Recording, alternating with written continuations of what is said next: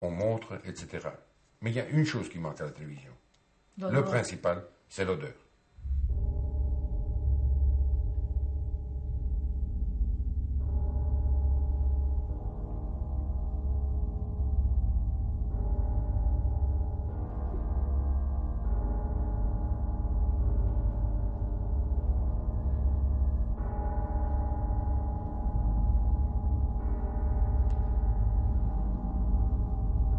Quand nous sommes sortis de Mulindi, plus haut dans le chemin, il y avait des femmes et des enfants tous habillés comme ça, des vieillards, de côté de la route. Et la voiture s'arrêtait, il y avait les petits militaires qui étaient avec. Et les petits militaires les ont demandé qu'est-ce que nous fait avec esas qui sont là. Il dit, mais vous sont venus ici pour travailler, faites votre travail. Bumbafo, lui parlait en Swahili. Atakuya hapa kwa tafanya kazi. Atafanya kazi sasa hivi. Nyangaragata, mafi. Nakuya hapa kwa tafanya nini? Nakuya kwa tafanya kazi, atafanya kazi yake.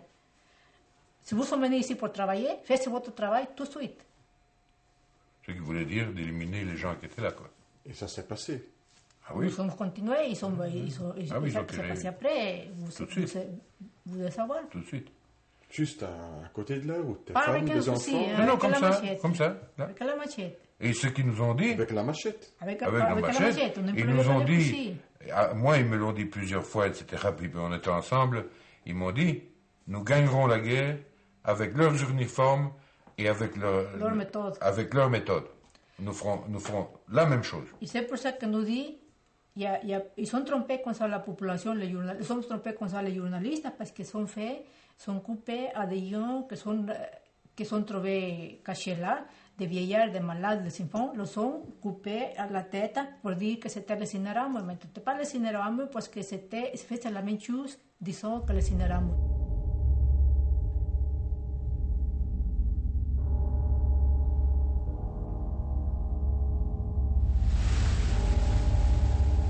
Lijken in de Akagera-rivier, de grens tussen Rwanda en Tanzania, beelden van begin mei.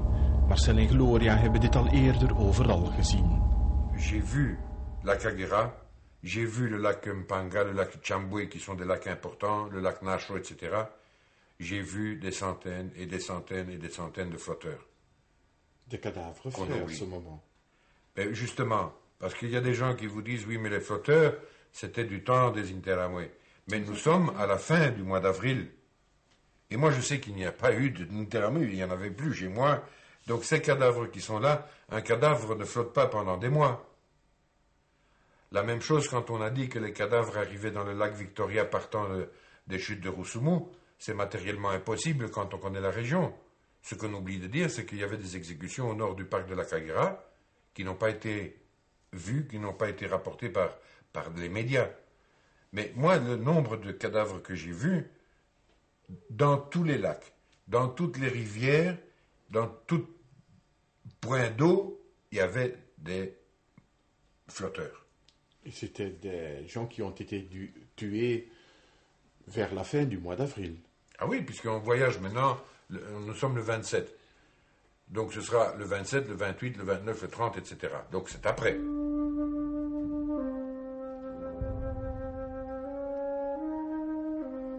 Nog wekenlang drijven de lijken met duizenden over de grote rivieren.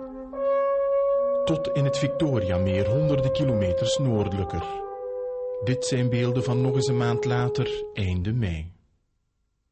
Voor Marcel en Gloria gaat de gedwongen tocht verder over de heuvels. La dernière épingle à cheveux pour arriver sur l'asphalte, là on tombe sur un paquet de gens. Dans la boucle, dans l'épingle à cheveux, il y a un paquet de gens qui est par terre, morts, gonflés, et au milieu, là je sais vous dire, maintenant je peux vous dire qu'au milieu du tas, il y avait 3 vivants, assis. Et les autres étaient morts, ça c'est sûr qu'ils étaient morts, là je ne me suis pas trompé. Donc, c'est horrible à voir, c'est qu'il y a des gens qui passent, qui montent et qui descendent, qui passent à côté de gens qui ont été exécutés. Ces gens qui restent assis au milieu sont certainement des gens qui ne peuvent plus marcher parce qu'ils ont eu des balles dans les jambes ou les jambes coupées ou quoi, mais qui ne sont pas encore mortes, qui attendent la mort dans ce tas de cadavres occupés à pourrir. Et c'était... Et on ne les achève pas. Et c'était fait il y a quelques heures seulement. Oui, puisque les gens, je ne sais pas combien de temps peut rester en vie une personne qui n'a plus de jambes ou qui ne sait plus se déplacer, mais à en juger les cadavres, ils étaient déjà gonflés, mais n'étaient pas encore pourris. Donc, c'était d'il y a 2, 3, 4 jours peut-être, pas plus. Donc, on part de là, on arrive Et les gens qui vous accompagnaient ne faisaient rien du tout. On ne s'arrête pas ni pour les sauver, ni pour les achever. On les laisse comme ça.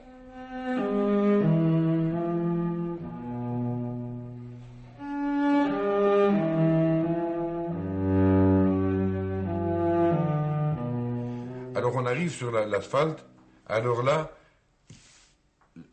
ça devient tellement gros, ça devient tellement un abus de mort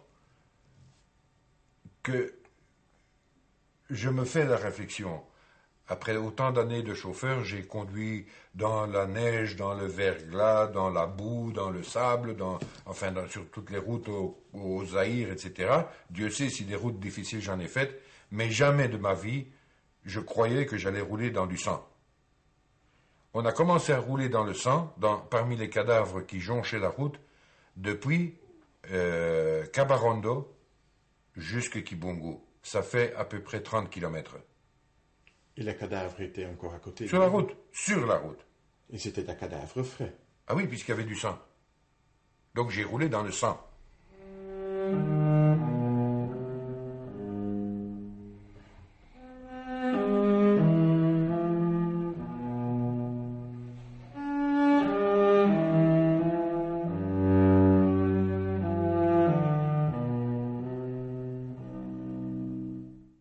À Kibungu, je dois faire une précision, Kibungu, c'était là vraiment un champ de désastre.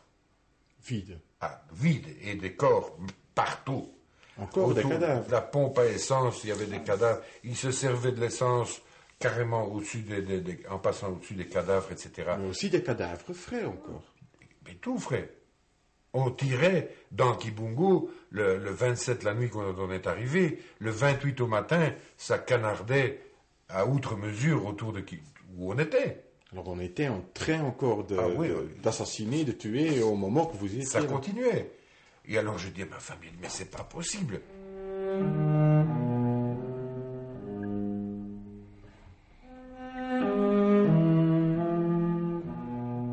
Vanuit Kibungo nu naar het noorden, naar de zoveelste commandopost, de zoveelste ondervraging, 28 april, in Gahini. Si il arrêtait de me questionner, c'était pour remplacer par quelqu'un d'autre, pendant que lui s'occupait des affaires courantes.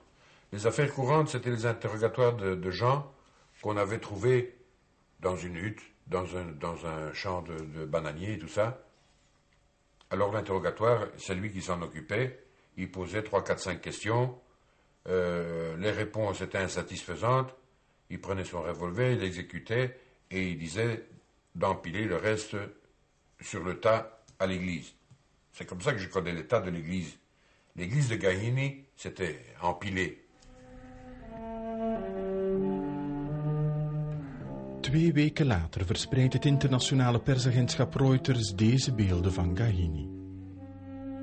Nog eens een week later maakt een VRT-ploeg deze beelden in de kerk van Rukara, een buurgemeente van Gahini. Verschillende onafhankelijke getuigen hebben het over 15.000 tot 25.000 doden alleen al in Rukara. Vermoord vanaf eind april, toen het Patriotisch Front het gebied al in handen had.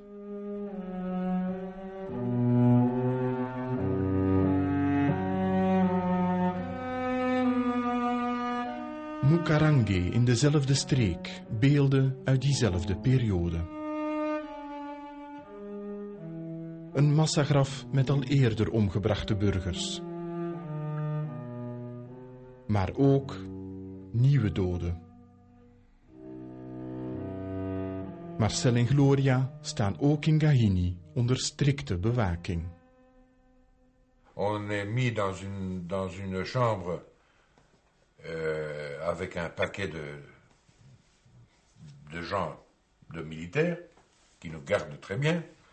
Et le lendemain, dans l'après-midi, il y a une voiture qui arrive, avec des journalistes, une Jeep Isuzu qui arrive, et qui normalement n'aurait pas dû arriver à cette maison-là, qui s'est trompée de maison. Ma femme en profite dans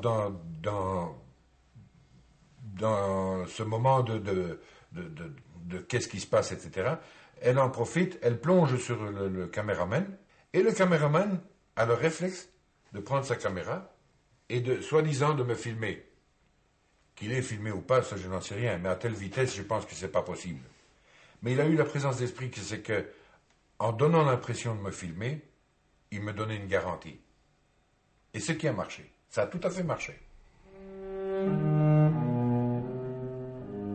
De volgende dagen blijft de Zambiaanse journalist voor het agentschap Reuters, Buchisia Mzeteka, met zijn ploeg bewust in de buurt van Marcel en Gloria, heeft hij ons zelf bevestigd. Hij heeft de beste relaties met de top van het Patriotisch Front. Met de cameraploeg mogen ze na een paar dagen vertrekken. In de late avond van 4 mei steken Marcel Guérin en Gloria Martinez de grens met Oeganda over. Nu pas, bijna 5 jaar later, zoekt Marcel opnieuw contact met de Rwandese vluchtelingen in België. Omdat eindelijk iemand wil luisteren. Mais monsieur Verlinden, à travers ce témoignage, je ne gagne rien, je risque plus de problèmes. Mais ce que je n'admets pas, c'est que la vérité, on n'a dit jamais. J'ai dit ce que j'ai vu, j'ai dit ce que j'ai vécu, j'ai dit la vérité. Tout ce que je dis aux gens qui essaient de me contredire, y étiez-vous? Et généralement, la réponse, c'est non.